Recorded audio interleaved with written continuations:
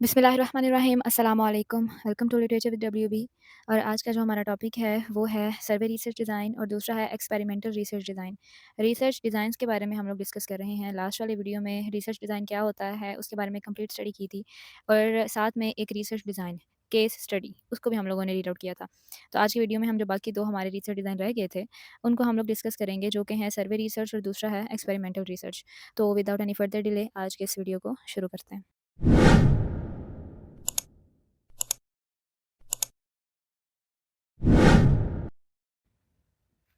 जो सबसे पहला है हमारे पास वो है सर्वे रिसर्च डिज़ाइन।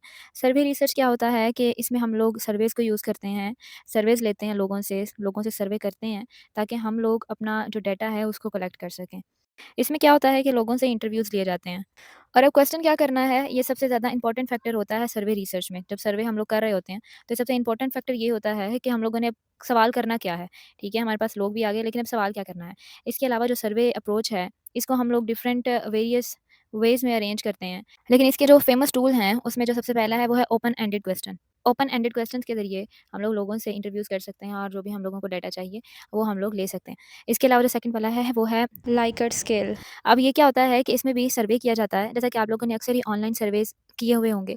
इसमें ये होता है कि आपको 5 ऑप्शंस दिए जाते हैं कि आप स्ट्रांगली डिसएग्री करते हैं, एक होता है डिसएग्री का, एक होता है न्यूट्रल का, एक होता है स्ट्रांगली एग्री और लास्ट वाला होता है एग्री।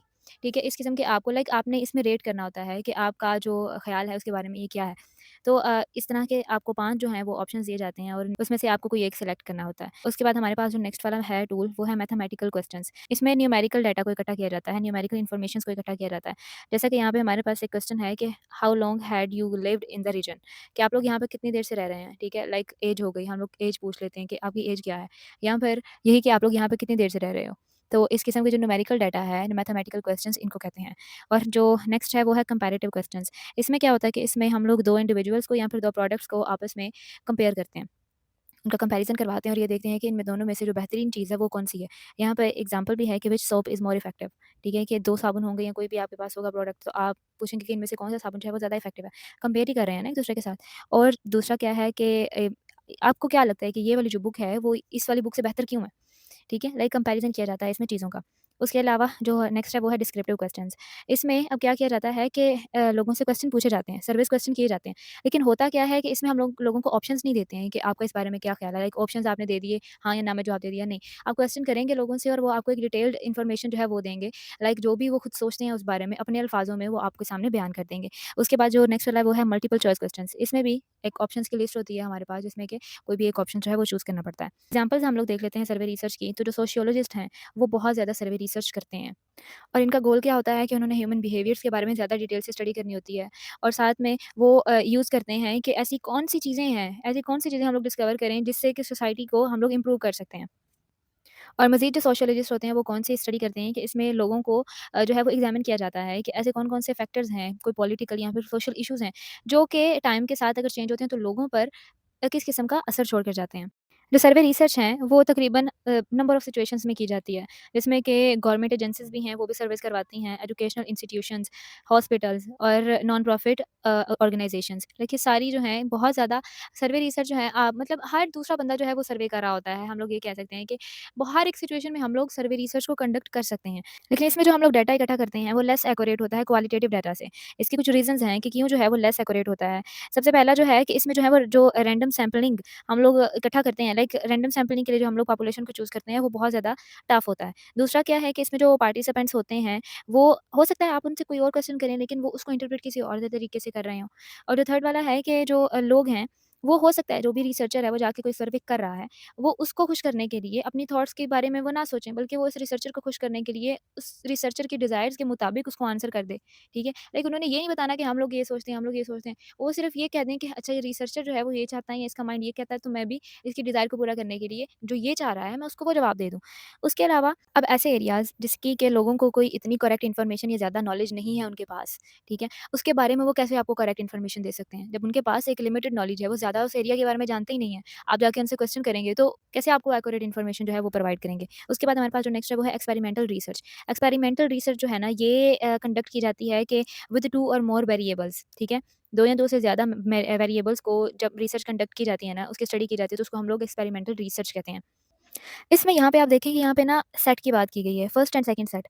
इसका क्या मतलब है? ईज़ी अल्फ़ाज़ में समझाती हूँ। फॉर एग्ज़ाम्पल हमारे पास कुछ एक मेडिसिन है जो कि टेस्ट करनी है हमने, ठीक है? ब्लड प्रेशर के रिलेटेड वो मेडिसिन है और हम लोग क्या करते हैं कि एक हमारे पास जो फर्स्ट वाला सेट होगा, वो होगा हमारे पास कंट्रोल ग्रुप, ठीक है? कंट्रोल ग्रुप और दूसरा वाला होगा हमारे पास एक्सपेरिमेंटल ग्रुप। कंट्रोल ग्रुप ऐसा ग्रुप होगा जिसको कि हम लोग मेडिसिन नहीं देंगे, ठीक है? ब्लड प्रेशर की मेडिसिन नहीं देंगे। लेकिन जो एक्सपेरिमेंटल ग्रुप होगा, जिसपे कि हम लोग एक्सपेरिमेंट कर रहे होंगे, उसको हम लोग मेडिसिन जो है वो प्रोवाइड करेंगे। और उसके बाद हम लोग कंक्लूजन निकालेंगे कि जो मेडिसिन जिनको हम लोगों ने दी है, जो एक्सपेरिमेंटल ग्रुप था, जो सेकंड वाला सेट था, उस पे मेडिसिन का क्या असर हुआ है और वो जो कंट्रोल ग्रुप था, जिसको कि हम लोगों ने मेडिसिन नहीं दी थी, उसके लिए उस उनकी क्या हालत है, ठीक है? तो ये जो है इस तरह से डिफरेंस जो है वो क्या रहता है फर्स्ट सेट और सेकंड सेट में। उम्मीद है आपको इस बात की समझ आ गई होगी। उसके बाद हम लोग टाइप्स देख लेते हैं कि टाइप्स क्या हैं एक्सपेरिमेंटल रिसर्च डिज़ाइन की। यहाँ पे 2 मेन कैटेगरीज़ हैं एक्सपेरिमेंटल रिसर्च की। सबसे पहले क्या है क्वालिटेटिव और दूसरी है क्वांटिटेटिव, ठीक है? लेकिन अगर हम लोगों ने कॉज़ और इफ़ेक्ट के रिलेशनशिप को समझना है ना, तो हमारे पास 2 मज़ीद उनकी प्राइमरी टाइप्स आ जाएँगी। एक है ट्रू और एक है क्वाज़ी एक्सपेरिमेंट्स। इनके बारे में स्टडी कर लेते हैं कि ट्रू एक्सपेरिमेंट क्या होते हैं। ट्रू एक्सपेरिमेंट्स है ना, ये एक आइडियल डिज़ाइन होता है, ठीक है? जहाँ पर जो फैक्टर्स हैं ना वो अंडर कंट्रोल्ड होते हैं, फुली अंडर कंट्रोल्ड होंगे। जो भी हम लोग फैक्टर्स होंगे, वो सारे के सारे अंडर कंट्रोल्ड होंगे। और ये जो है, ये अलाउ करते हैं रिसर्चर को कि वो एस्टेब्लिश करें एक clear cause and effect relationships को between the treatment and the outcome. जो भी आप ट्रीटमेंट प्रोवाइड कर रहे हैं और जो आउटकम आएगा, उन दोनों के दरमियान एक क्लियर रिलेशनशिप होना चाहिए कॉज़ एंड इफेक्ट का, कि अगर हम ये करेंगे तो हमारे पास इफेक्ट ये आएगा, ये हमारे पास आउटकम आएगा, ठीक है? और इसमें जो है वो कंट्रोल्ड होता है। तमाम के तमाम फैक्टर्स यहाँ पे इसमें कंट्रोल्ड होंगे और बहुत ज़्यादा मुश्किल भी होता है कि इस तमाम फैक्टर्स को कंट्रोल करना, तो ये थोड़ा मुश्किल प्रोसेस है। जो हमारे पास दूसरा है वो है क्वासी एक्सपेरिमेंट्स। क्वासी एक्सपेरिमेंट्स में हम लोग उस टाइम यूज़ करेंगे जब तमाम के तमाम फैक्टर्स जो हैं वो अंडर कंट्रोल्ड नहीं होते हैं, ठीक है? क्वासी एक्सपेरिमेंट्स में तमाम फैक्टर्स अंडर कंट्रोल नहीं होते हैं, ये बात ध्यान में रखनी है। जो ट्रू एक्सपेरिमेंट है उसमें तमाम का फैक्टर्स जो थे वो अंडर कंट्रोल थे, लेकिन इसमें अंडर कंट्रोल्ड नहीं होते हैं। और लेकिन ये होती जो है वो सिमिलर ही होती है ट्रू एक्सपेरिमेंट से। इसमें भी पार्टिसिपेंट को ट्रीटमेंट जो है वो प्रोवाइड किया जाता है और एक जो स्पेसिफिक आउटकम जो आएगा उसको भी ऑलरेडी वो मेजर कर चुके होते हैं कि क्या हमारे पास आउटकम आएगा। इसके अलावा जो रिसर्चर है वो इन्वेस्टिगेट करता है link between treatment and outcome. जैसे कि पीछे भी हम लोग पढ़ के आए हैं कि उसने ये मेजर करना है कि जो भी हम लोग ट्रीटमेंट दे रहे हैं और जो आउटकम आएगा उसके दरमियान जो है वो रिलेशनशिप क्या है, कॉज एंड इफेक्ट का जो भी रिलेशनशिप है उसके बारे में इन्वेस्टिगेशन करनी है। अब इसमें हम लोग की डिफरेंस देख लेते हैं कि क्या है। जो क्वासी एक्सपेरिमेंट्स हैं, उसमें लैक ऑफ कंट्रोल होता है। लाइक हम तमाम फैक्टर्स को इसमें कंट्रोल नहीं कर सकते हैं, ठीक है? जो कि हम लोगों को इनएक्यूरेसी की तरफ लेके जाता है, हमें जो रिज़ल्ट्स हैं वो सही से नहीं मिल पाते हैं। उसके अलावा ये जो दोनों हैं ट्रू एंड क्वासी एक्सपेरिमेंट्स, इनका एम क्या होता है कि ये जो इस बिहेवियर की जो कॉज़ है और जो आउटकम आ रहा है, उसकी वजह क्या है, उसकी वजह को तलाश करना, ठीक है? उसकी वजह को तलाश करते हैं हम लोग इसमें। अब इन डिज़ाइंस को समझना बहुत ज़्यादा ज़रूरी है ताकि हम लोग एक इफ़ेक्टिव एक्सपेरिमेंटल रिसर्च को कंडक्ट कर सकें और एक्यूरेट कंक्लूजन्स को हासिल कर सकें। उसके बाद हमारे पास है प्री एक्सपेरिमेंटल स्टडी। जैसा कि नाम से ज़ाहिर हो रहा है कि प्री मतलब पहले और एक्सपेरिमेंटल स्टडी कि एक्सपेरिमेंट्स से पहले की जो स्टडी है उसको हम लोग प्री एक्सपेरिमेंटल स्टडी बोलेंगे। अब इसमें जो 3 टाइप्स आ जाती हैं प्री एक्सपेरिमेंटल स्टडी में कि हम लोग 3 किस्म की जो स्टडी है वो कर सकते हैं। सबसे पहली स्टडी क्या है? Single case study research design. कोई भी हमारे पास जो केस स्टडी डिज़ाइन है ना, कोई रिसर्च डिज़ाइन है, उसके बारे में ऑलरेडी पहले स्टडी कर लिया जाए, ठीक है? उसके बाद जो रिसर्चर है वो एक प्री और पोस्ट टेस्ट कर ले, ठीक है? रिसर्च डिज़ाइन का प्री या पोस्ट टेस्ट वो कर ले। और तीसरा है कि स्टैटिक ग्रुप कंपैरिज़न भी होना चाहिए। हम लोग एडवांटेजेस देख लेते हैं एक्सपेरिमेंटल रिसर्च के कि इसके एडवांटेजेस क्या-क्या हैं।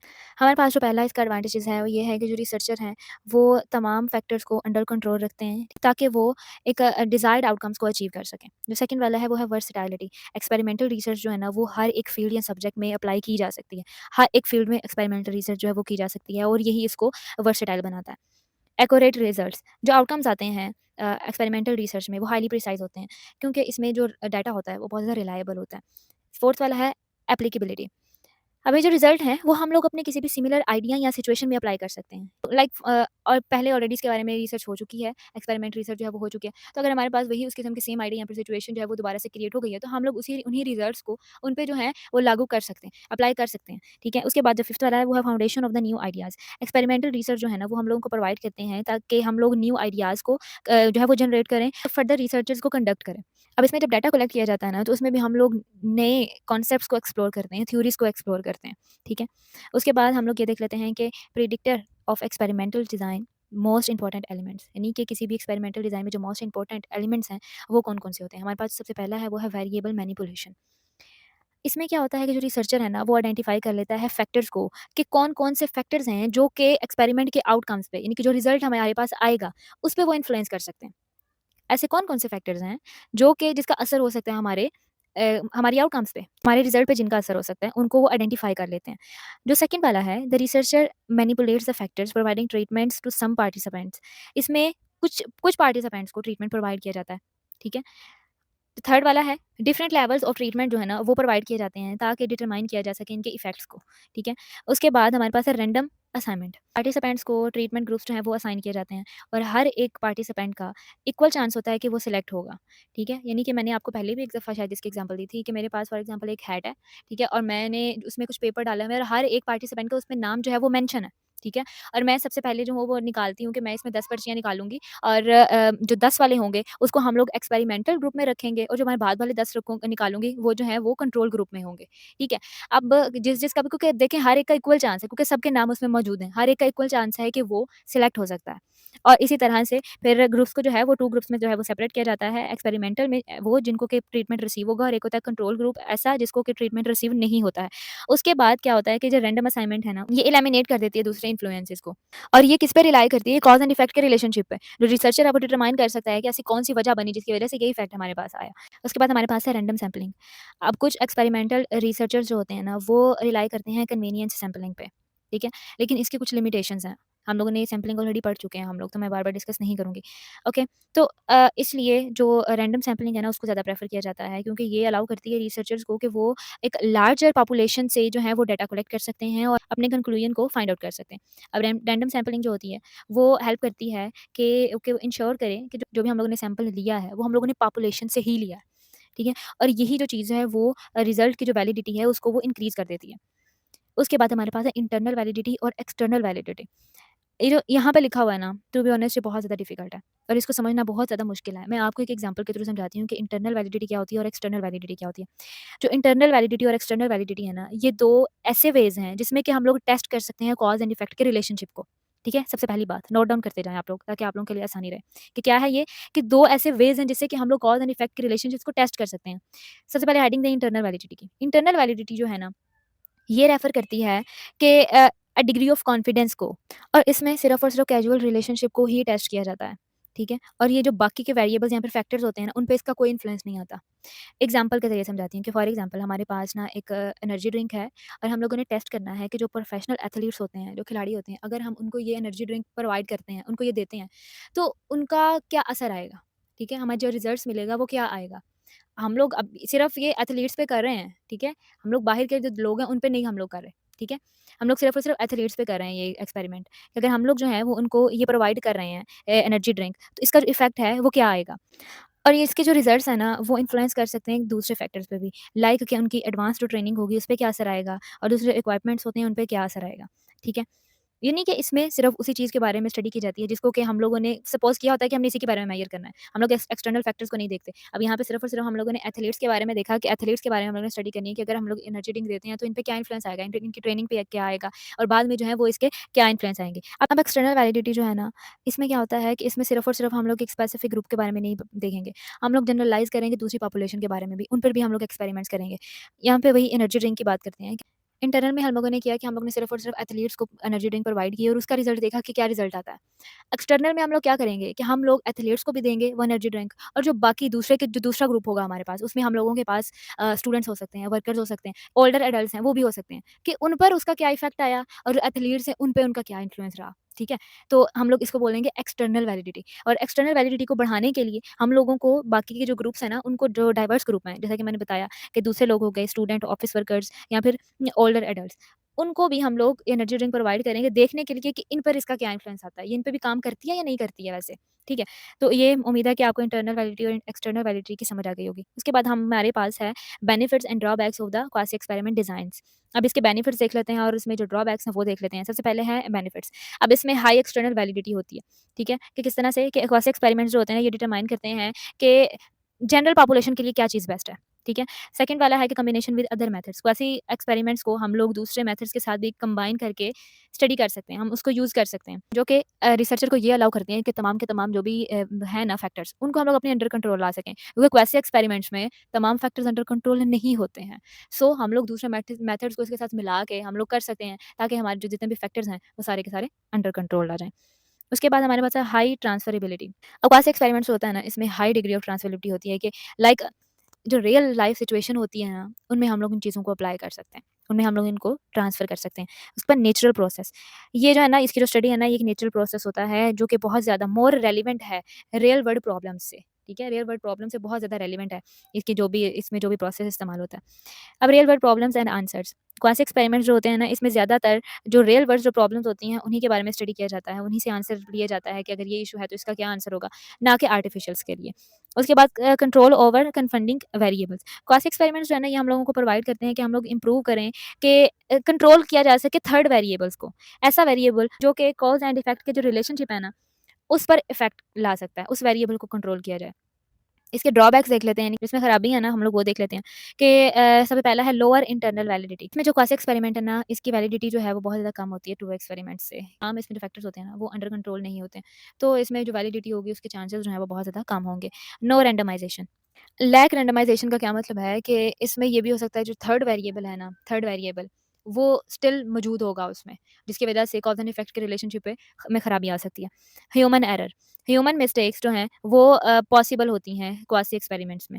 रिसर्चर बाइस्ड, अब रिसर्चर्स के जो पर्सनल बायसेस होते हैं ना, उनकी वजह से भी इसकी स्टडी पर इन्फ्लुएंस आ सकता है। डाटा फॉल्सिफिकेशन, अब इसमें जो लोगों का रिएक्शन होता है ना, वो बहुत ज़्यादा हार्ड होता है कि उसको क्वांटिफाई किया जाए, जिसकी वजह से जो डाटा है उसमें फॉल्सिफिकेशन आ सकती है।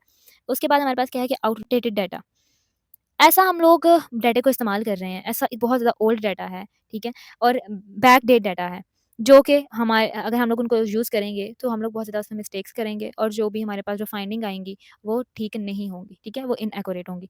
तो ये था आज का लेक्चर, होप्स सो कि आपको इसकी समझ आई होगी। चैनल पे नए हैं तो प्लीज़ सब्सक्राइब कर दें और वीडियो पसंद आई हो तो लाइक भी कर दें। तो अगर फिर भी आपको कोई क्यूरी हो तो आप मुझसे इंस्टाग्राम पे राब्ता कर सकते हैं। इन स्लाइड्स का लिंक जो है वो मैं डिस्क्रिप्शन बॉक्स में ऐड कर दूँगी। तो इंशाल्लाह मिलते हैं फिर नेक्स्ट वाली वीडियो में, तब तक अपना ख्याल रखिएगा। अल्लाह हाफ़िज़।